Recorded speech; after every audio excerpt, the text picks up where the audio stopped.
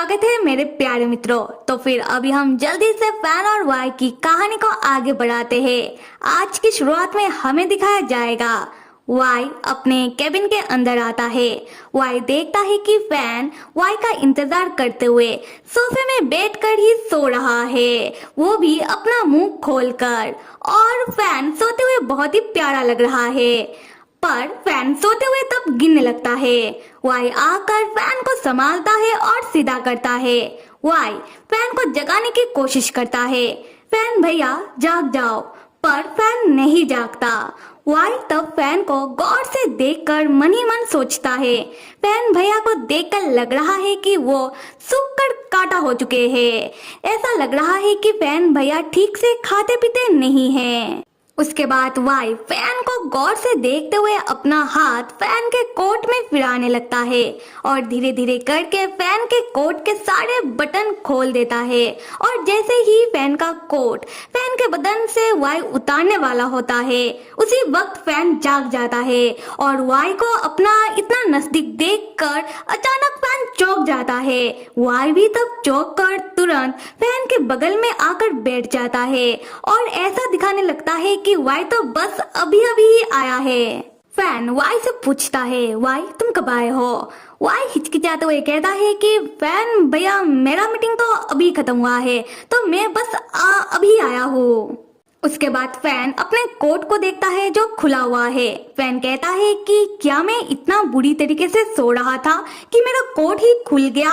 Y कहता है कि हाँ फैन भैया, आप बहुत बुरी तरीके से सो रहे थे। देखिए आपके मुंह से तो अभी भी लार टपक रहा है।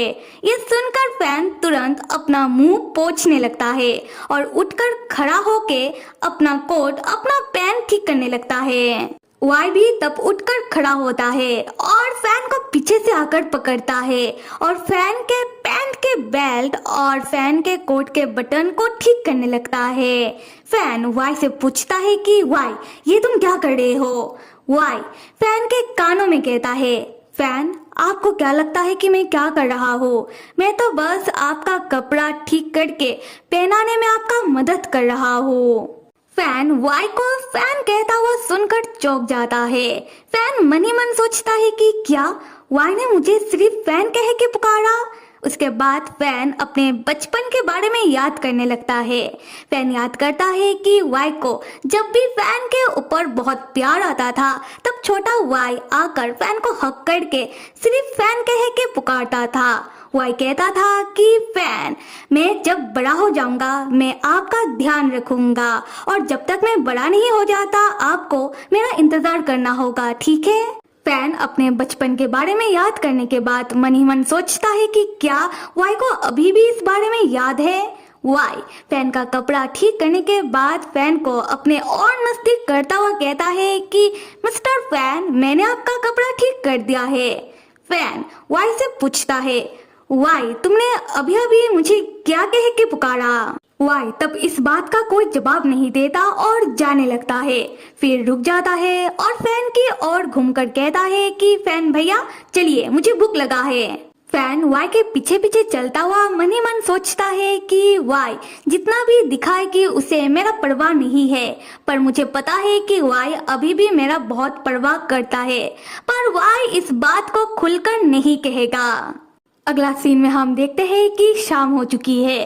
फैन और वाई खाना खाने के बाद दोबारा वाई के केबिन में आते हैं, जहां वाई फैन को याद दिलाते हुए कहता है कि फैन भैया शाम हो चुकी है, कुछ देर बाद रात भी हो जाएगी, मेरा गांव का रस्म मुहूर्त के अंदर करना है, आपने कुछ इंतजाम किया भी है या फिर नहीं? फैन कहता है कि हाँ वाई मैंने इंतजाम कर लिया है, मैंने तुम्हारे लिए एक खूबसूरत बला का इंतजाम किया है, रुको मैं अभी ही उसे कॉल करके आने के लिए कहता हूँ। फैन जैसे ही उस खूबसूरत बला को कॉल करके आने के लिए कहता है, वो खूबसूरत बला आने से मना कर देती है।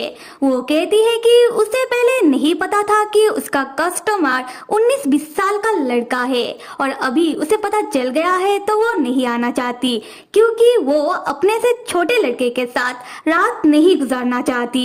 ये कह के वो फोन कट कर देती है। एंड फैन लाइक पहले तो मान गई थी, अब मना कर रही है। दूसरी तरफ हम वाई को देखते हैं जो मन ही मन हंस रहा होता है और यहाँ हमें समझ आता है कि ये सब वाई ने करवाया है। खैर वाई तो फैन के नजदीक आता है और फैन को सोफे में धक्का मार देता है और फैन के ऊपर चढ़ जाता है।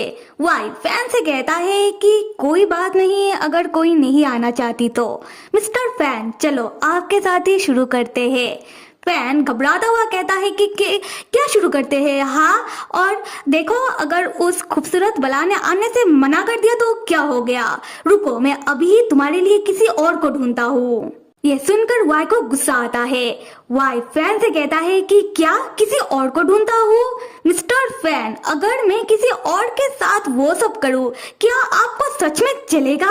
फिर वाई मन ही मन कहता है कि फैन आप क्यों नहीं समझ पा रहे हो कि मुझे आपसे क्या चाहिए। हम फैन को देखते हैं जो तब सोफे से उठने की कोशिश करता है।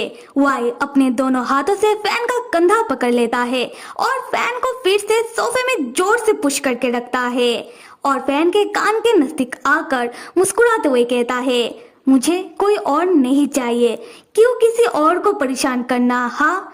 फैन वाई से कहता है कि वाई ये तुम क्या कर रहे हो, मुझे दर्द हो रहा है और देखो वाई तुम शांत हो जाओ। वाई कहता है कि फैन भैया आप मेरा बात मानो और जैसे हो ऐसे ही लेटे रहो, मैं आपको दर्द नहीं देना चाहता। ये कहने के बाद वाई फैन का कोट, फैन का कपड़ा उतारने की कोशिश करने लगता है। फैन वाई को रोकने लगता है पर वाई नहीं मानता। वाई फैन के साथ तब जबरदस्ती करने लगता है।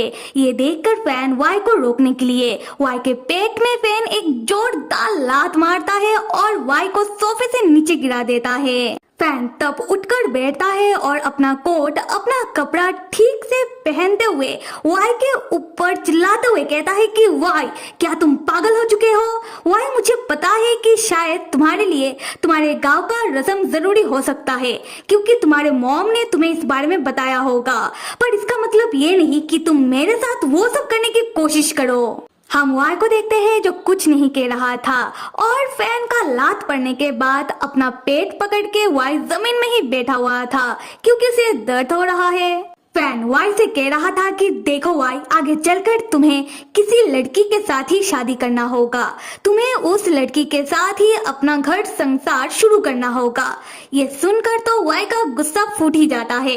वाई चिल्लाते हुए फैन से कहता है कि बिल्कुल नहीं। फैन वाई को आके फाड़ फाड़ कर घूरने लगता है।